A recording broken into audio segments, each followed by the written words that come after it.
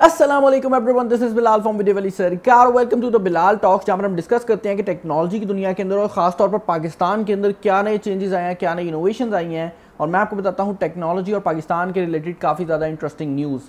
अब आज हमारा 28th एपिसोड है और आप लोग देख सकते हैं कि मुझे याद भी नहीं है कि हमारा एपिसोड नंबर क्या है। उसकी रीज़न ये है कि काफ़ी दिनों से मैं बिलाल टॉक्स की कोई भी नई वीडियो अपलोड नहीं कर पा रहा, और उसकी भी रीज़न यही थी कि रोज़ कोई ना कोई नया मोबाइल फ़ोन आ जाता था, कोई ना कोई नई टेक्नोलॉजी आ जाती थी जिसका रिव्यू करना पड़ता था।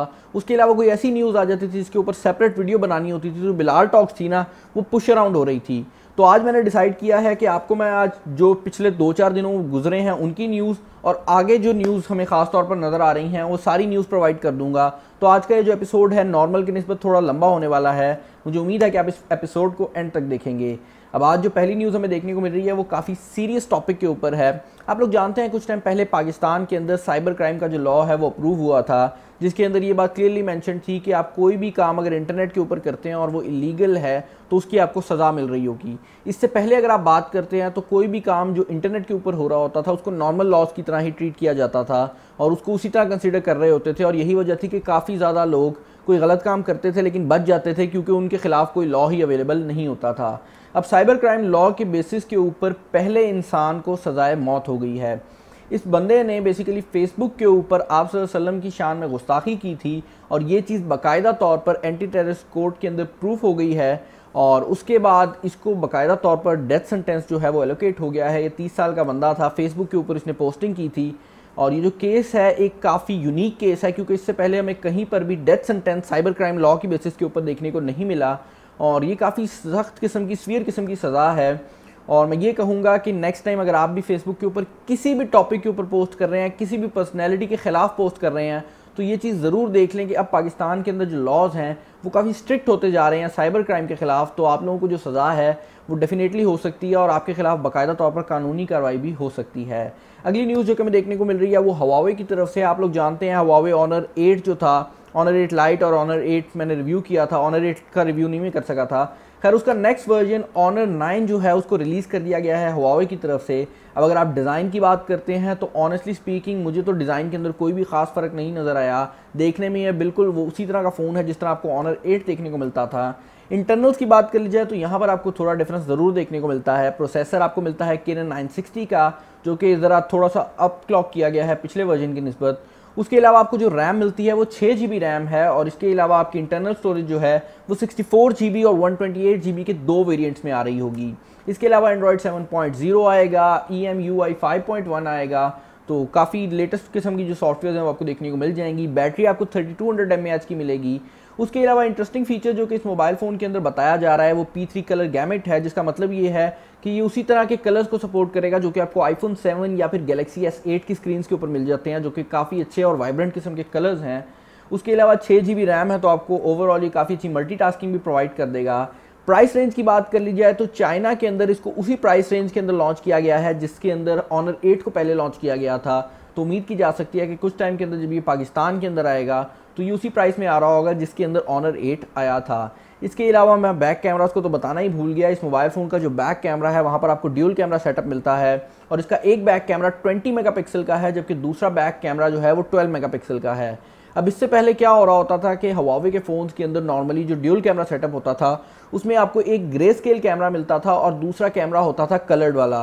तो ग्रे स्केल कैमरा से सिर्फ यही फ़ायदा आपको मिल रहा होता था कि आप overall black and white image जो थी वो काफ़ी अच्छी खींच सकते थे। लेकिन यहाँ पर जो टेक्नोलॉजी इंप्लीमेंट की गई है वो काफ़ी हद तक उसी तरह की है जिस तरह आपको आईफोन्स के ऊपर मिलती है, जिसके अंदर आपका जो एक कैमरा है वो नॉर्मल कैमरा है, जबकि दूसरे कैमरे के अंदर जो लेंस लगा हुआ है वो ज़रा जूम इन हुआ है। तो आप इजीली अपनी जो पिक्चर्स हैं उनको जूम इन कर सकते हैं। जब आप पिक्चर को जूम इन करेंगे तो बेसिकली आपका जो बैक कैमरा है वो एक दूसरे के अंदर शिफ्ट हो रहे होंगे और जैसे ही आप जूम इन करेंगे तो दूसरे सेंसर के ऊपर आपका जो कैमरा है वो उसे ऑन कर लिया जाएगा और आपकी जो इमेज है वो ऑप्टिकली जूम हो रही होगी। अगर आप अभी अपने किसी सिंगल कैमरा वाले जो सिंगल लेंस वाला मोबाइल फ़ोन होता है उससे जूम इन करते हैं तो वो डिजिटल जूम होता है, यानी कि कंप्यूटर के थ्रू हो रहा होता है। लेकिन यहाँ पर उसी तरह का जूम मिल रहा होगा जिस तरह नॉर्मली आपको DSLR या कैम कॉर्डर्स के अंदर देखने को मिल रहा होता है। अगली न्यूज जो कि हमें देखने को मिल रही है वो इंस्टाग्राम की तरफ से है। यहाँ पर इंस्टाग्राम के अंदर एक नया फीचर इंट्रोड्यूस कर दिया गया है जिसके थ्रू आप अपनी इमेजेस को आर्काइव कर सकते हैं। बेसिकली होगा कुछ इस तरह कि अब आप अपनी इमेजेस को डिलीट करने के बजाय उनको आर्काइव कर सकते हैं। वो बेसिकली किसी और बंदे को शो नहीं होंगी, लेकिन अगर आप लोग बाद में कभी चाहते हैं कि उन इमेजेस को दोबारा वापस ले आएँ तो आपको दोबारा अपलोड नहीं करनी पड़ेंगी, बल्कि आप दोबारा उन्हीं को अनआर्काइव कर लेंगे तो वो इमेजेस दोबारा से शो होने लग जाएंगी। ये बेसिकली उसी तरह का फीचर है जिस तरह आप अपनी इमेजेस को हाइड कर लेते हैं। तो ये काफ़ी अच्छा फीचर है पर्सनली, लेकिन मैं आपको यही रिकमेंड करूंगा कि आप अपनी इमेजेस को अगर डिलीट कर रहे हैं तो उनको एक्चुअल में डिलीट करें, क्योंकि आर्काइव करने से जो आपका डेटा है वो कभी भी इंस्टाग्राम के पास मौजूद रहेगा और कोई भी बंदा जो इंस्टाग्राम में काम कर रहा है, अगर कोई सिक्योरिटी एजेंसी है तो वो आपको ईजिली एक्सेस कर सकती है। तो आर्काइव से बेहतर है कि अगर आपने किसी इमेज को परमानेंटली डिलीट करना है तो उसको डिलीट ही कर दें, आर्काइव ना करें। अगली न्यूज़ जो कि हमें देखने को मिल रही है वो है AMD Ryzen की तरफ से। आप लोग जानते हैं AMD ने इस साल अपने Ryzen के जो प्रोसेसर्स हैं वो लॉन्च किए हैं और यही वजह है कि इंटेल जो है वो काफ़ी नए नए किस्म की टेक्नोलॉजीज़ को लॉन्च कर रही है और इंटेल ओवरऑल हमें बैकफुट के ऊपर नज़र आ रही है। अब खबर ये आ रही है कि AMD का जो थ्रेडरिपर का जो प्लेटफॉर्म है वो भी जल्दी से लॉन्च कर दिया जाएगा और इसके जो प्लेटफॉर्म है वो X399 मदरबोर्ड्स के साथ आ रहा होगा और ये काफ़ी हायर एंड प्लेटफॉर्म होने वाला है। इसके जो प्रोसेसर्स होंगे उनके अंदर आपको 18 कोर्स तक देखने को मिलेंगी और 36 थ्रेड्स मिल जाएंगी, जिसका मतलब ये है कि गेमिंग के अंदर, वीडियो प्रोसेसिंग के अंदर ये एक्चुअल में किल कर रहे होंगे। ये आपको ऐसी परफॉर्मेंस प्रोवाइड करेंगे जो कि इससे पहले कोई भी दूसरा प्रोसेसर प्रोवाइड नहीं कर सका। उसके अलावा यहाँ पर आपको 64 चैनल PCI एक्सप्रेस लेन्स भी मिल जाएंगी, जो कि अगेन एक काफ़ी अच्छा फीचर है जिसके थ्रू आप SSD ड्राइव को कनेक्ट कर सकते हैं। उसके अलावा आप ग्राफिक कार्ड्स को एनहांस कर सकते हैं, एक्सपैंड कर सकते हैं। उसके अलावा यहाँ पर आपको क्वाड चैनल मेमोरी भी मिल जाएगी, जिसका मतलब ये है कि आप एट अ सिंगल टाइम 8 जो रैम की स्टिक्स हैं वो लगा सकेंगे और DDR4 के थ्रू इजीली आप 128 गीगाबाइट्स तक अपने जो सिस्टम्स हैं उसके ऊपर रैम को लगा सकेंगे। और इसके अलावा ये जो प्रोसेसर्स हैं अभी तक जो हमें परफॉर्मेंस एक्सपेक्टेड बता रहे हैं उसके थ्रू तो ये मार्केट को किल कर देंगे, लेकिन ये बात आप लोगों को याद रखनी चाहिए कि इनके रिलीज से पहले ही जो इंटेल है उसने अपना Core i9 का जो प्रोसेसर सीरीज़ है उसको लॉन्च कर दिया है, जिसको वो Kaby Lake X कह रहा है। अब पर्सनली स्पीकिंग अगर मैं कहूँ तो मैं यही कहूँगा कि आप AMD का वेट करें, क्योंकि AMD के जो प्रोसेसर्स हैं वो आपको कम प्राइस के अंदर ज़्यादा परफॉर्मेंस प्रोवाइड करेंगे।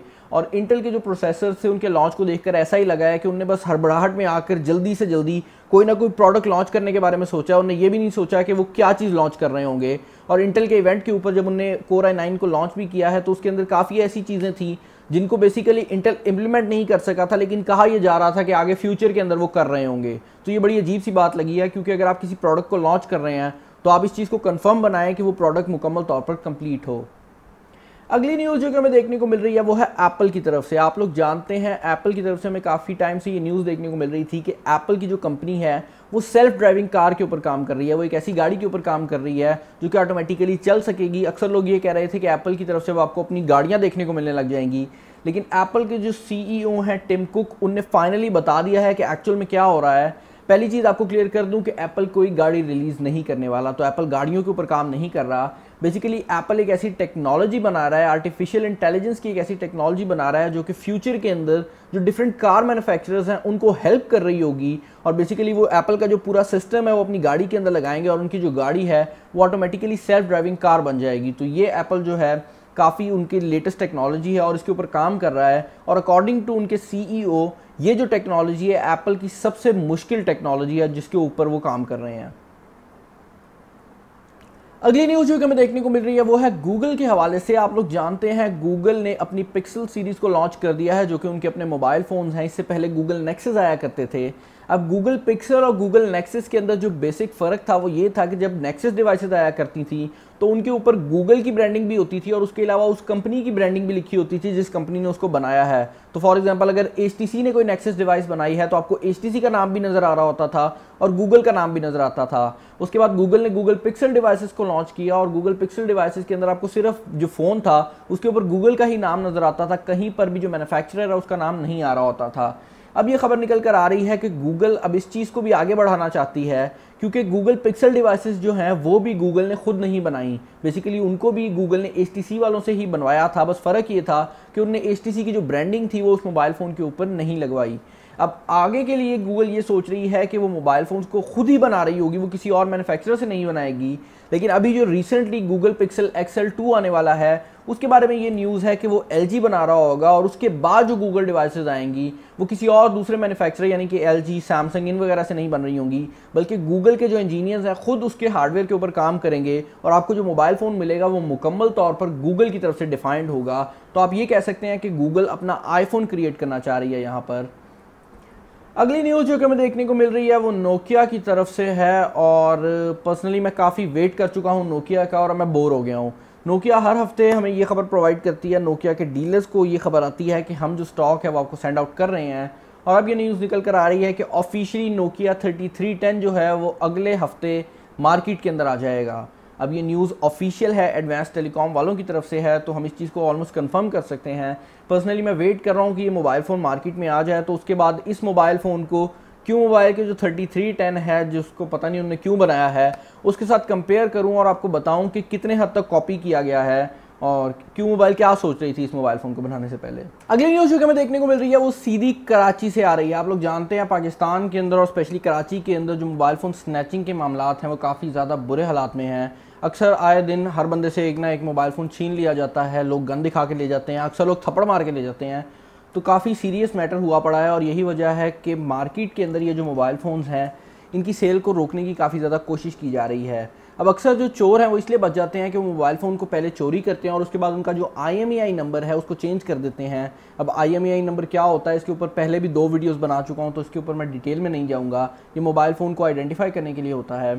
खैर, कराची के अंदर एक गैंग को पकड़ा गया है जो कि 500 रुपया लेकर किसी भी मोबाइल फ़ोन का जो IMEI नंबर था उसको चेंज कर देता था और इनके पास से काफ़ी ज़्यादा मोबाइल फ़ोन्स को भी पकड़ लिया गया है। अब ये जो ग्रुप था ये बेसिकली किसी भी मोबाइल फ़ोन का IMEI नंबर चेंज कर देता था और उसके बाद उन मोबाइल फ़ोन्स को ट्रेस करना नामुमकिन हो जाता था और उसके बाद कोई भी टेररिस्ट, कोई भी चोर उस मोबाइल फ़ोन को यूज़ कर सकता है और उसको ट्रेस करना बहुत मुश्किल होगा। FIA वालों ने ये सारी कार्रवाई की है और इसको अपने हाथ में ले लिया है।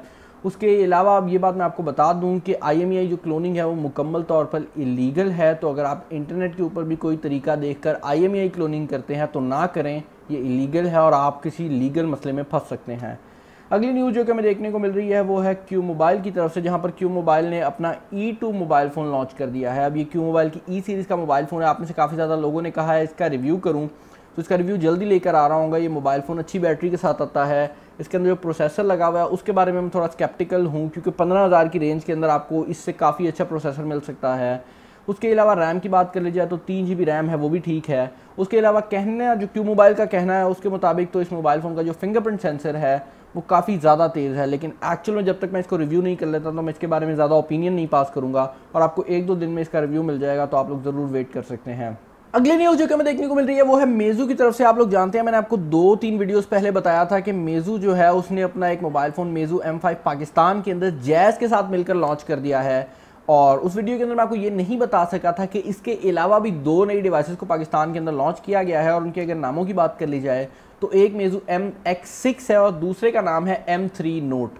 अब अगर आप बात करते हैं M3 नोट की तो ये तकरीबन 20,000 की रेंज के अंदर आ रहा होगा और एक मज़ेदार बात मैं आपको बताने वाला हूँ यहाँ पर, ये पाकिस्तान का पहला ऐसा मोबाइल फ़ोन होगा मेरे ख्याल से जो कि 2 GB रैम को 20,000 के अंदर लेकर आएगा 2017 के अंदर।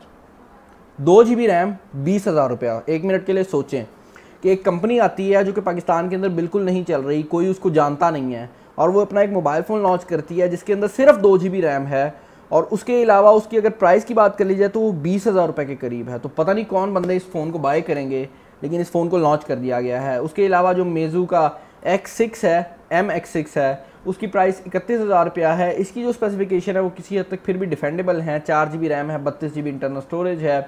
उसके अलावा आपको यहाँ पर जो ग्लास मिलता है वो भी काफ़ी मज़ेदार किस्म का फ्रंट ग्लास है। बॉडी भी काफ़ी 3D नैनो मोल्डेड टेक्नोलॉजी है, बेसिकली मेटल है। और उसके अलावा ओवरऑल ये मोबाइल फ़ोन फिर भी किसी हद तक कंपटीशन प्रोवाइड कर सकता है दूसरे डिवाइसेस को, लेकिन जो आपको नोट मिल रहा है, M3 नोट मिल रहा है, आई डोंट नो वो क्या सोचकर बनाया गया है। आज की आखिरी न्यूज़ जो कि हमें देखने को मिल रही है वो है माइक्रोसॉफ्ट की तरफ से, जहां पर माइक्रोसॉफ्ट ने पहले से काफ़ी कॉम्प्लिकेटेड अपना जो सिनेरियो है उसको और ज़्यादा कॉम्प्लिकेटेड कर दिया है और लॉन्च किया है माइक्रोसॉफ्ट वन एक्स।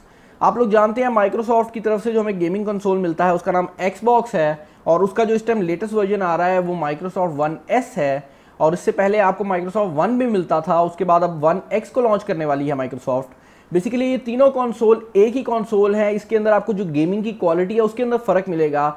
तीनों कंसोल्स के ऊपर आप एक ही तरह की गेम्स को खेल सकेंगे। बस फर्क ये होगा कि अगर आप माइक्रोसॉफ्ट वन के ऊपर कोई गेम खेलेंगे तो आपको जो फ्रेम रेट है वो कम मिलेगा, उसके अलावा आपको जो ग्राफिक्स हैं वो कम मिल रहे होंगे। अगर आप कोई भी गेम माइक्रोसॉफ्ट वन एस के ऊपर खेलेंगे तो उसमें आपको फायदा ये होगा कि आपकी जो गेम्स हैं उनको ऑटो स्केल कर दिया जाएगा और उनको 4K रेजोल्यूशन के ऊपर कर दिया जाएगा।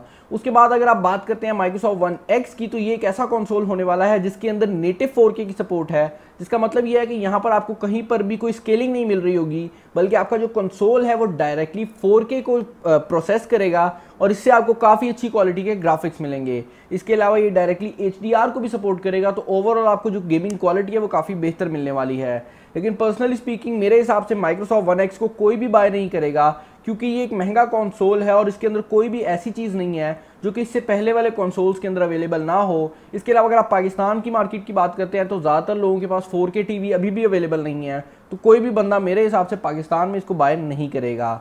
आई होप आपको आज की ये वीडियो पसंद आई है। अगर आपको ये वीडियो पसंद आई है तो इसको ज़रूर लाइक कीजिएगा, और अगर आप लोग इस तरह की वीडियोज़ रेगुलरली देखना चाहते हैं तो मैं आपको रिकमेंड करूंगा कि आप लोग मेरे चैनल को सब्सक्राइब कर लें। सब्सक्राइब करने के लिए यहाँ कहीं पर मेरा फेस आ रहा होगा, वीडियो के बिल्कुल नीचे रेड कलर का सब्सक्राइब बटन आ रहा होगा, आप उसके ऊपर क्लिक करके सब्सक्राइब कर सकते हैं। इसके अलावा अगर ये वीडियोस आप सबसे पहले देखना चाहते हैं और आप इनकी नोटिफिकेशन चाहते हैं तो उस रेड बटन के साथ एक बेल का निशान आ रहा होगा, आप उसके ऊपर भी क्लिक कर सकते हैं। इसके अलावा कोई बात हो, सजेशंस हो या कमेंट्स हो तो एज यूजुअल आप मुझे कमेंट सेक्शन के अंदर बता सकते हैं, फेसबुक पेज पे बता सकते हैं, मेरे पेज पे मैसेज कर सकते हैं। This is Bilal signing off. अल्लाह हाफिज़।